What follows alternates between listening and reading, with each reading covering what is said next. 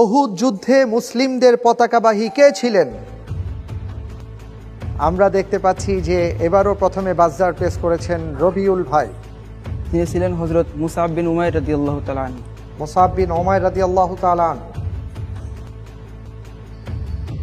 আপনার উত্তরটি সঠিক হয়েছে, আলহামদুলিল্লাহ।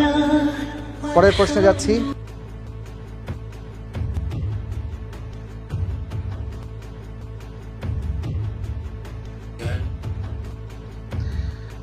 আমরা একটি ছোট্ট ছবি দেখলাম, সেখানে একটি মসজিদের ছবি রয়েছে।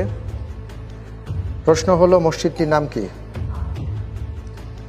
জি, আমরা দেখতে পাচ্ছি আরিফুল ইসলাম, আপনি বাজার প্রথমে প্রেস করেছেন। মরক্কোর হ্যাঁ, কাসাব্লাঙ্কার দ্বিতীয় হাসান মসজিদ। দ্বিতীয় হাসান মসজিদ। কেউ কি চ্যালেঞ্জ করতে চান? কেউ চ্যালেঞ্জ করতে চাচ্ছেন না।